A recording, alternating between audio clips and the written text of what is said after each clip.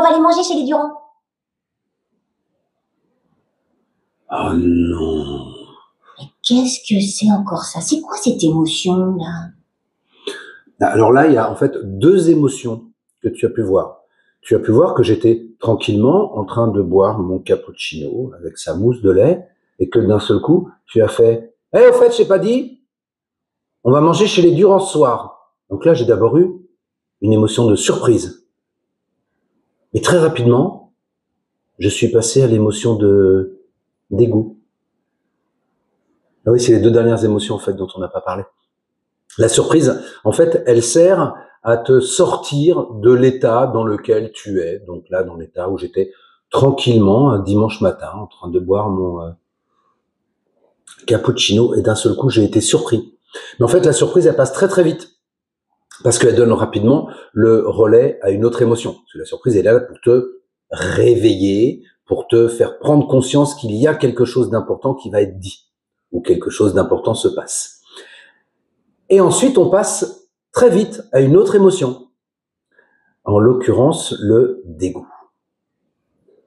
Alors, le dégoût, il peut te protéger physiquement et psychologiquement.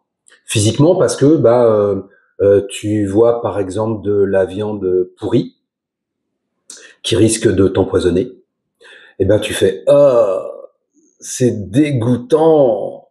Voilà, c'est dégoûtant. Et ça va t'empêcher de le manger. Donc ça va te protéger. Et puis psychologiquement, ça va t'empêcher, par exemple, de fréquenter des gens qui sont mauvais pour toi. Des gens à qui tu fais souvent lui, il me dégoûte ce mec. Et t'auras pas envie d'aller les voir en fait. Donc voilà, le dégoût, il te sert à te protéger aussi. Comme la peur, hein, du reste, on en avait parlé. Hein. La peur, elle te sert à fuir. Le dégoût, elle te sert à pas y aller. Voilà, c'est ça la différence. Il y a autre chose aussi dont je t'ai pas parlé, c'est que en fait là on a parlé de six émotions. On parle beaucoup moins effectivement de la surprise et du dégoût, mais ces six émotions-là, en fait, on n'y a pas tous accès. C'est-à-dire qu'il y a des gens qui vont en refouler certaines.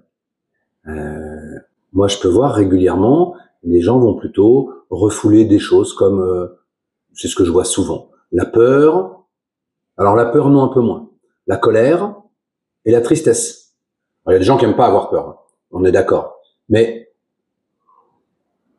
c'est pas très très grave. La colère et la tristesse, c'est plus embêtant parce que, souviens-toi, la colère, ce que je disais, c'est qu'elle sert à te défendre. Donc, quand tu as quelque chose qui a fait que tu as refoulé ta colère, par exemple, quand on t'a dit étant petit, c'est pas beau d'être en colère, il faut pas être en colère. Et la colère, tu te dis, non, c'est pas pour moi. Donc, quand la colère, elle arrive, tu la refoules. Et puis la tristesse, c'est pareil. J'ai pas envie d'être triste.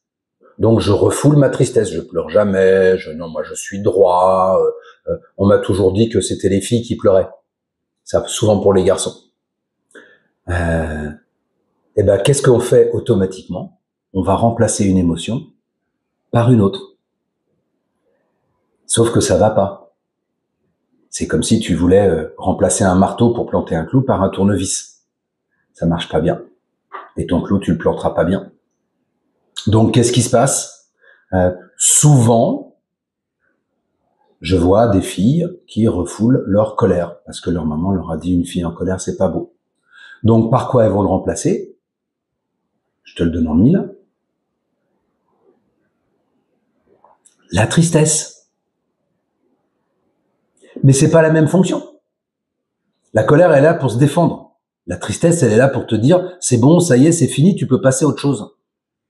Donc quand tu te fais agresser verbalement, psychologiquement, à la maison ou au travail, plutôt que de se servir de la colère pour dire même tranquillement, je ne vous permets pas de me parler comme ça. Et on va maintenant faire autrement. Ouais, juste pour ça. Ou alors, tu peux me prêter tes clés de voiture? Non. Parce que t'as bousillé ta voiture la semaine d'avant. Elle sert à ça, la colère. Si quelqu'un t'agresse physiquement et que tu rentres pas en colère, tu peux pas lui dire non. Et qu'est-ce que tu fais? Eh ben, tu t'en vas et puis tu vas pleurer. C'est de la tristesse qui vient. Sauf que pleurer te permet pas de te défendre. Et puis, inversement, quand on est triste, la tristesse, elle nous dit, c'est bon, tu peux passer à autre chose. Et plutôt que d'être triste, bah, je vais être en colère. Ça, c'est un peu plus les hommes. Parce qu'un homme, ça pleure pas. Oui, c'est encore dans l'inconscient collectif. Même si les parents le disent moi maintenant, c'est encore dans l'inconscient collectif. Donc, un homme pleure pas. Donc, un homme, plutôt que de pleurer pour pouvoir passer à autre chose, terminer son deuil, eh ben, il va le remplacer par quoi? T'as 3 secondes. Souvent par la colère. Ouais. Et il râle. Et il râle. Et il est pas content. Et il se met en colère tout le temps. Et la colère, elle est tout le temps là. Bah ouais, c'est pas elle qui devrait être là, c'est la tristesse. Donc voilà, quelquefois, on n'a pas accès à toutes nos émotions. Et puis, le travail, c'est justement d'apprivoiser nos émotions pour qu'elles deviennent des ressources, qu'elles deviennent nos copines, parce que c'est normal qu'elles soient là. Elles font partie de nous. C'est pas un truc inventé, c'est en nous. Donc, profitons-en, utilisons-les. Voilà. C'est génial. Tu sais quoi? Moi, je pense qu'on va en parler aux dirons. Allez, viens! Bon dimanche, sous vos applaudissements.